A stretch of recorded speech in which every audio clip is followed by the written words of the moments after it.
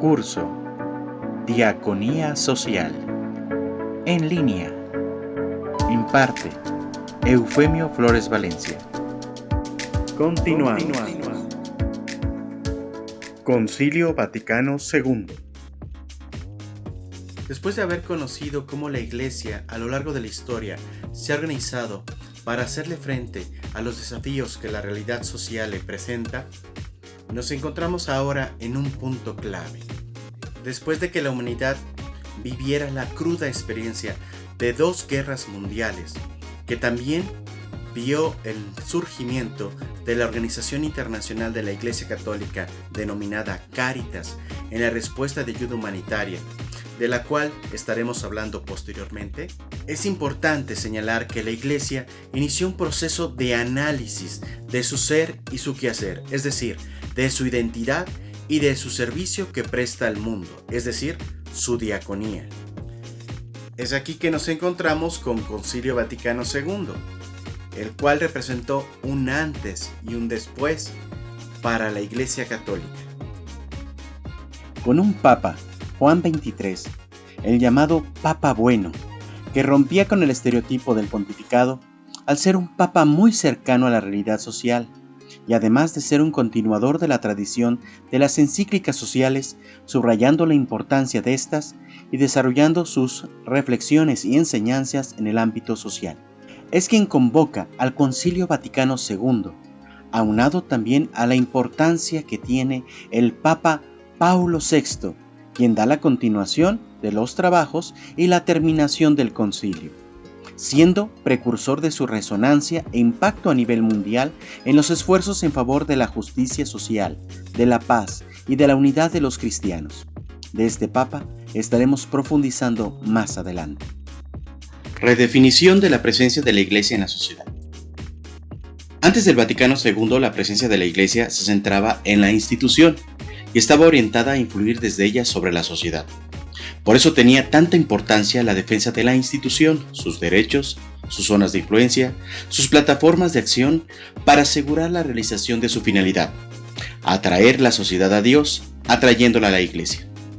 El cambio en la forma de la presencia de la Iglesia operado por el Vaticano II supera esta visión de Iglesia como paralela a la sociedad civil.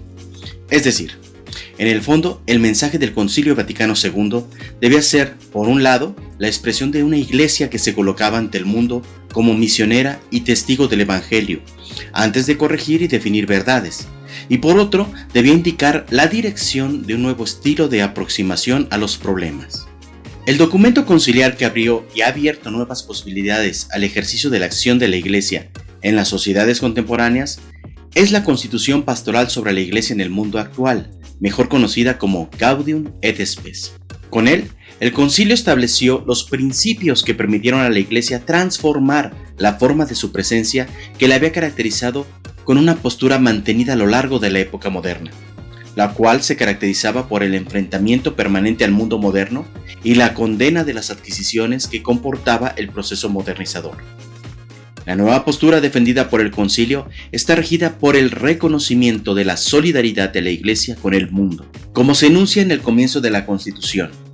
El gozo y la esperanza, la tristeza y la angustia de los hombres de nuestro tiempo, sobre todo de los pobres y de todos los afligidos, son también gozo y esperanza, tristeza y angustia de los discípulos de Cristo, y no hay nada verdaderamente humano que no tenga resonancia en su corazón. Siendo así, que en el decreto Ad Gentes delinea sobre todo la historia como lugar en el cual la Iglesia continúa la misión de Cristo y contribuye a la plena actuación del plan salvífico de Dios en beneficio de todos los hombres. La Iglesia, por otra parte, subraya el Vaticano II, vive en la historia y de la historia forma parte. Es de hecho una realidad social de la historia, peregrino a través de las vicisitudes de la historia humana. La Iglesia se reconoce, por lo tanto, íntima y realmente solidaria del género humano y de su historia, contribuyendo a la historia y al progreso de la humanidad. No solo se limitó en las reformas litúrgicas, sino en su misma identidad y labor pastoral. Por ejemplo, significó un cambio importante respecto a los concilios anteriores en 2 aspectos.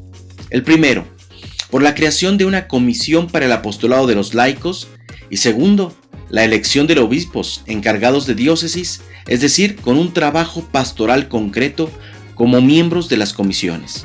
Esta aceptación de la historia humana hizo de esta un lugar teológico, una oportunidad de encuentro con Dios. Los hechos de la historia de la humanidad son para los cristianos signos de los tiempos, una interpretación de Dios al creyente en un acontecimiento histórico concreto. Son una invitación a ver a Dios en las diversas circunstancias. Escrutando esos signos y siguiendo los principios evangélicos de justicia y amor al prójimo, los cristianos tienen que cumplir su misión en el mundo, ya que separar la fe de la vida es un error. Los cristianos deben transformar el orden económico, social y político para que la justicia llegue a todos. Esto supone comprometerse con los oprimidos, respetando las particularidades de cada cultura y grupo. Un punto clave para el diálogo entre la Iglesia y el mundo es el reconocimiento de la dignidad de la persona. Por eso la defensa de los derechos humanos es una de las formas de solidaridad cristiana. Gaudium et Spes calificó como criminales a las acciones que violaban deliberadamente los derechos de las personas. Cabe decir que el Concilio Vaticano II ha marcado una impronta de novedad para el diaconado, especialmente por la visión eclesiológica desde la cual se plantea su restauración. Una gran apertura para definir la Iglesia, la recuperación del ejercicio de la colegialidad episcopal, la recuperación de la vida y la misión de los laicos y la necesidad de definir mejor su identidad en la Iglesia. La nueva actitud de la Iglesia ante un mundo cambiante y con realidades sociales cada vez más complejas. La necesidad de modos de presencia nuevos y diversificados que respondan a las urgencias de la evangelización. La aportación de la Iglesia por medio de su magisterio y por medio de la vida de todos sus fieles y comunidades se comprende ahora, en primer lugar, como un servicio, como defensa y promoción del hombre, de su dignidad y sus derechos fundamentales. Se manifiesta así lo esencial de la enseñanza del Concilio Vaticano II sobre la relación de la Iglesia con el mundo y la sociedad. La Iglesia se define como signo y salvaguarda del carácter trascendente de la persona humana, y el servicio al hombre, a su vocación temporal y eterna, es considerado el criterio director central de su actuación en la comunidad política. Encuentra así su centro, de modo acorde con las actuales circunstancias históricas, la razón más honda que motiva el esfuerzo pastoral manifiesto en la doctrina social, la pasión por la dignidad y el destino del hombre, en juego en las grandes cuestiones y desafíos con los que se encuentra en la vida social, política y económica. Esta perspectiva antropológica no era por supuesto extraña a las enseñanzas anteriores. Puede recordarse, por ejemplo, cómo Pío XI sostiene el principio básico de la dignidad humana en Mit brennender Sorge de 1937, con ardiente o viva preocupación sobre la situación de la Iglesia en la Alemania nazi, o su breve afirmación de los derechos fundamentales en Divini Redemptoris de 1937, más ampliamente descritos ya por el Papa XII en su discurso de Navidad de 1942, así como la importantísima enseñanza al respecto de Juan XXIII en Pacem in Terris de 1963. El eco de Vaticano II. Cuando se clausuró el concilio ya se hablaba de una encíclica sobre la cuestión social.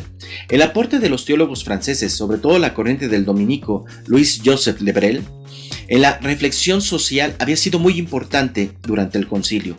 Por eso no sorprendió que Paulo VI se inspirase en él para promulgar el 26 de marzo de 1967 la encíclica Populorum Progressio sobre el desarrollo de los pueblos, a través de la cual la Iglesia se metió de lleno en el problema del tercer mundo. La recepción de esta encíclica en América Latina fue importantísima. Afirmaba que, si bien el progreso de la economía permitiría atenuar las desigualdades sociales, había más contrastes y diferencias entre la opulencia y la miseria. Mientras algunos tienen cada vez más poder, otros viven y trabajan en condiciones miserables, y esta tensión es intolerable. La situación histórica que afronta esta, caracterizada por la extensión al mundo entero en la sociedad industrializada, con las riquezas y graves problemas que ello puede conllevar, a ello se añade la desigualdad creciente entre las naciones y entre los grupos sociales de un mismo país. Propone su enseñanza en dos momentos, exponiendo en primer lugar los principios de un desarrollo del hombre y precisando a continuación algunas acciones destinadas a obtener un desarrollo solidario de la humanidad. Concluye afirmando que el desarrollo es el nuevo nombre de la paz, para lo cual, tras recordar el papel de la jerarquía que enseña e interpreta auténticamente los principios morales, invita en particular a todos los fieles al ejercicio de su libre iniciativa, de un esfuerzo común, movido por la caridad y capaz de sacrificios, para imbuir resueltamente el espíritu evangélico, la mentalidad, las leyes y las estructuras sociales en que viven. De este Papa, Paulo VI, continuaremos hablando más adelante. Lo que el Vaticano II nos enseñó. Mientras la Iglesia tiene la gran responsabilidad de proclamar el Evangelio al mundo, también tiene la responsabilidad de vivirlo para el beneficio del mundo como tal, o ejercerlo en sí para el beneficio del llamado orden temporal. En fin, para preocuparse de la justicia social, de la atrocidad de la guerra moderna, de las bendiciones de paz y del avance de cada aspecto de la cultura humana. A los católicos nos corresponde trabajar con los demás, incluso con los no creyentes, para promover dichos objetivos. La Iglesia debe, por lo tanto, escuchar al mundo y aprender de él. Esta es una enseñanza notable y completamente sin precedentes, que la Iglesia tiene la misión más y más difícil de buscar la reconciliación incluso con otras religiones, una misión desesperadamente necesaria en el mundo actual, que a pesar de que la proclamación es la forma privilegiada del discurso cristiano, el diálogo es también una forma legítima y en algunos casos la más apropiada. El Concilio Vaticano II trazó el amplio marco de lo que puede considerarse el lugar de acción de la pastoral social y la opción de la Iglesia por los pobres y desde los pobres. En la segunda parte se mencionan los temas más importantes, son los que aún hoy conservan su vigencia, siempre que se los analice desde una perspectiva que incluya la globalización y el debate sobre la posmodernidad, el matrimonio y la familia, la cultura humana, la vida económica, social y política, la solidaridad de la familia, de los pueblos y la paz. A partir de entonces se producen diferentes respuestas a los desafíos que responden a la evolución de las cuestiones sociales y sus conflictos. Algunas propuestas del Directorio de Pastoral Social de Italia, por ejemplo, pueden ser sugerentes para iniciativas propias, que en el contexto histórico, geográfico, cultural, permitan un aporte en el diseño de la pastoral orgánica de nuestras diócesis. Por ejemplo, la parroquia debe progresivamente abrirse a la problemática social y ser cada vez más un instrumento que realiza la evangelización de lo social y de la promoción humana. Una comunidad parroquial que evangeliza lo social forma cristianos adultos y responsables, comprometidos con las instituciones sociales y políticas existentes en su territorio. Para realizar una renovación pastoral parroquial, es particularmente útil promover grupos de pastoral social, a fin de que crezca la solicitud de la comunidad parroquial hacia toda la realidad social. Es auspiciable que el Consejo de Pastoral Parroquial se haga cargo, con fraterna y evangélica solidaridad, de los problemas sociales que afectan a las personas y a las familias. En el Directorio para la Pastoral Social en México, documento del cual estaremos profundizando más adelante, el cual menciona: el servicio que hoy la Iglesia puede prestar al mundo está en relación con su naturaleza. Es la persona del hombre la que hay que salvar, la sociedad humana la que hay que renovar. En el centro de la preocupación de la Iglesia está el hombre, pero el hombre todo entero, cuerpo y alma, corazón y conciencia, inteligencia y voluntad. En una palabra, el hombre es el camino de la Iglesia. Las nuevas opciones desde la caridad. Evidentemente, la misma opción de caridad asumida por el diácono permanente en el mundo civil lo encamina a ser, dentro de la sociedad, un signo de la caridad de los fieles. Al respecto, resulta novedosa la aplicación de la acción caritativa de los fieles expuesta por el Concilio Vaticano II al ministerio de los laicos. Así se puede establecer 5 condiciones para una auténtica caridad, de las cuales el diácono se hace depositario. Es necesario ver en el prójimo la imagen de Dios, según la cual ha sido creado, y a Cristo Señor, a quien en realidad se ofrece lo que al necesitado se da. Respetar con máxima delicadeza la libertad y la dignidad de la persona que recibe el auxilio. No manchar la pureza de intención con cualquier interés de la propia utilidad o con el afán de dominar. Cumplir, antes que nada, las exigencias de la justicia para no dar como ayuda de caridad lo que se debe por razón de justicia.